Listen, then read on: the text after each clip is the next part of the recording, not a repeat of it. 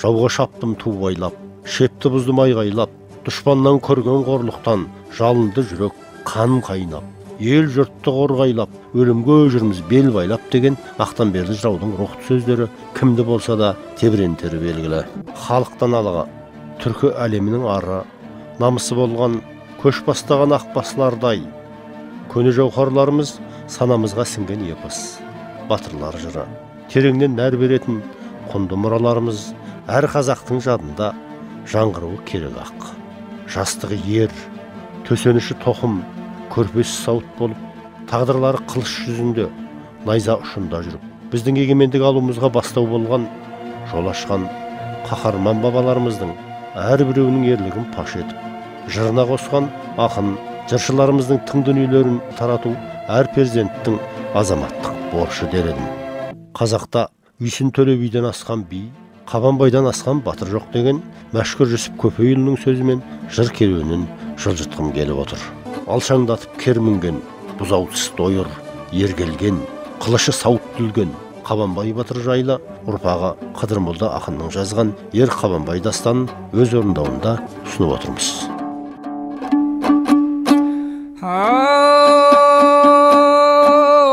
Арындап сөйле қызыл тел, бөгіліп тоқтап қамалмай, өсірдей төгіп желдетші арқадан соққан самалдай. Белеме көптің көбейде, білмей қоймас бағаңдай, қалмақ пен қазақ жау боқтау бұрынғы өткен замандай. Дұшпаннан қалқын қорғаған Қаракерей Қабанбай, Қабанбайдан жеңіліп тап-таптау қалмақ амалдай. Халқы үшін Қабанбай батыр болып туыпты, балапандай қорғапты, алыспенен жоқты. Белін шешпей белсеніп, тыңдамас ыстық соғықты. Қазаққа тиген қалмақты соқы беріп өппе.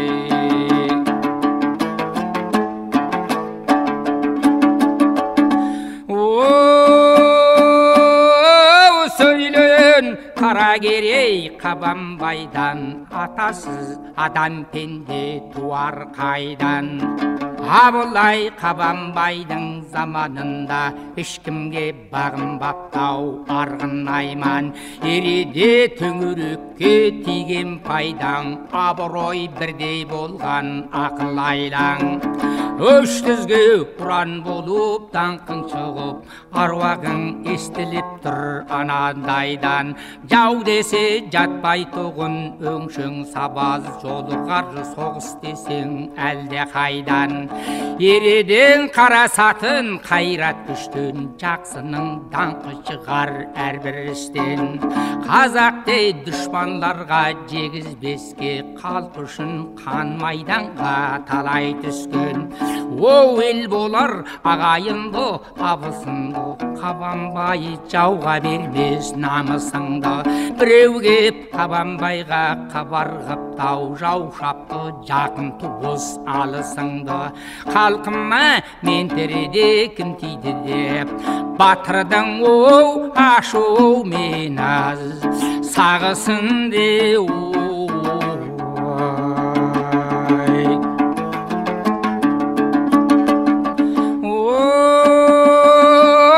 батырдың камалданып жасы толған, сауыт киіп найзасы түспес қолдан.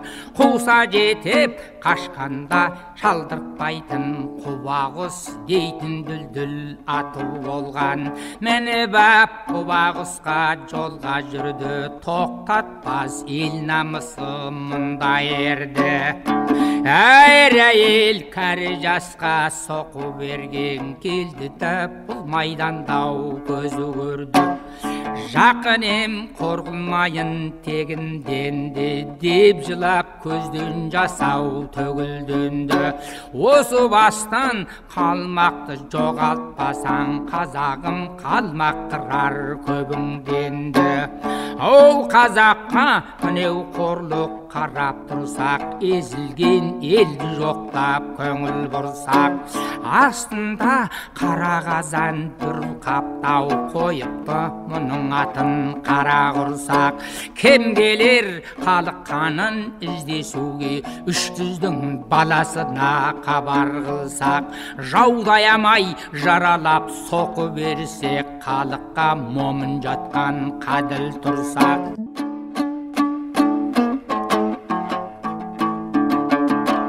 Алтарес хабар қылды, орта жүзге қарбанеп, талыққанын бәріңдізде. Қалмақ кеп, күндес шеттен шаба берер, деймісің осал қазақ жалғыз бізбе. Халқы үшін қапаландау ер қабанбай, дұшпаннан қалдым ба деп бірге қалмай. Батырдың бұл хабарын естіге сон, келіпті оу тоғасқа сай, ер дәулет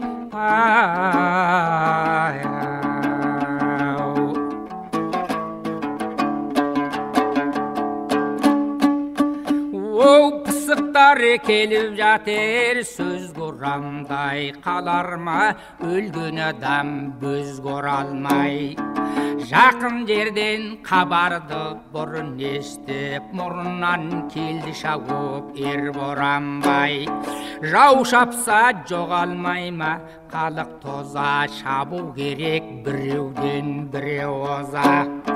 Қабанбайден хабарын естіге сон, тумадан тура келдау Ершін қожа. Ажыретіп айта берсек, ел назы көп, қалмаққа ел қыратын не жазыбек. Халықтың қамын ойлап, қанын жоқтар келіп дау, қаздауысты ер қазыбек. Қазақтың айрылмасын жақын жатай, жігіттер белді буып енді қатай. Елдің шетен жау шапты дегеннен сон, келіпті аты шулы тентек матай. Оу жау шапса жоғалмай ма, халық тоза, біреуден шабу керек біреу оза. Жау шапты елдің шетін дегеннен сон, келіп дау Шәнішқұлыдан берді қожа. Ешкиіп мәзілімға ашиды жан, жау келіп елді шаптау сөзіммен ан. Қабанбайдың хабарын естіген сон, Қыпшақтан да келіп дау бересім қан. Ел біргер үшін болса, халық солай жау шапқан, елдің шетін емес оңай. Хабарын батырлардың естіге сон, төреден төртеу келдау қанабылай. Бұл хабар кеттау талай, елге тарап, халыққа бар ғой батыр нелер қарақ. Жау шапты елдің шетін дегенен сон, келіп тоу көк жарылыдан көк жалбара. Қабағына қар жауса, көк найзасын қолға алса, қу басатқа ер салса, күннің көзі жабылар, бұл төкпесі қабынар, жер бурадай шабынар. Ер Қабанбай ұраным деп Айдос жырауда жорық жырының көк байрағын желбіретеді. Қол аяғы бұғауда тарылды байтақ кең жерім деп Жиенбай жырау күңіренсе, 18 ғасырдың жоңғарға қарсы азаттық соғысы кезінде қазақта дәл Қабанбайдай 40 жыл бойы қылышын қынабына салмай, үздіксіз ұрыс салған батыр болған емес. Ол қазақ әскерінің бас қолбасшысы, ат түмендер шайқасының ұлы стратегі, жекпе-жек сайыстың теңдесі жоқ шебері. Қабанбай шешуші жорықтарда әрдайым Найман түменін бастап, Абылай туының астынан табылып отырады. Сөйтіп, жарты ғасыр бойы жоңғардың қол астында қалып қойған Алтай мен Нұржайсаңды, Тарбағатайдың күнгейі мен Теріскейін, Жетісу өңірі мен Шу талас бойларын жаудан азат етуге белсене қатысады. Осындай батырлығына ырза болған Абылай хан дарабоз деп дараласа керек. Оның ерлік мектебінен өткен Көкжал Барақ, Ереспенбет, Баймұрат, Дәулетбай, Оразымбет, Шыңғожа, Шөрек, Шөңге секілді әр рудан шыққан батыр інілері Ақтанберді, Құттыбай, Боранбай, төбет сынды ақылман жырау билері болды деп жазады халық жазушысы Қабдеш Жұмаділов ағамыз. Ерлік жайлы қисса дастандар қазақтың қанына қуат, жанына жалын берген. Сондай ғибратты аса құнды дастандардың бірі Ер Қабанбай жыры. Ер Қабанбай жырының жиынтық нұсқасы халқымыздың сан ұрпағы сусындаған рухани кәусар бұлағы. Ерлік елдік тарихының гауһары.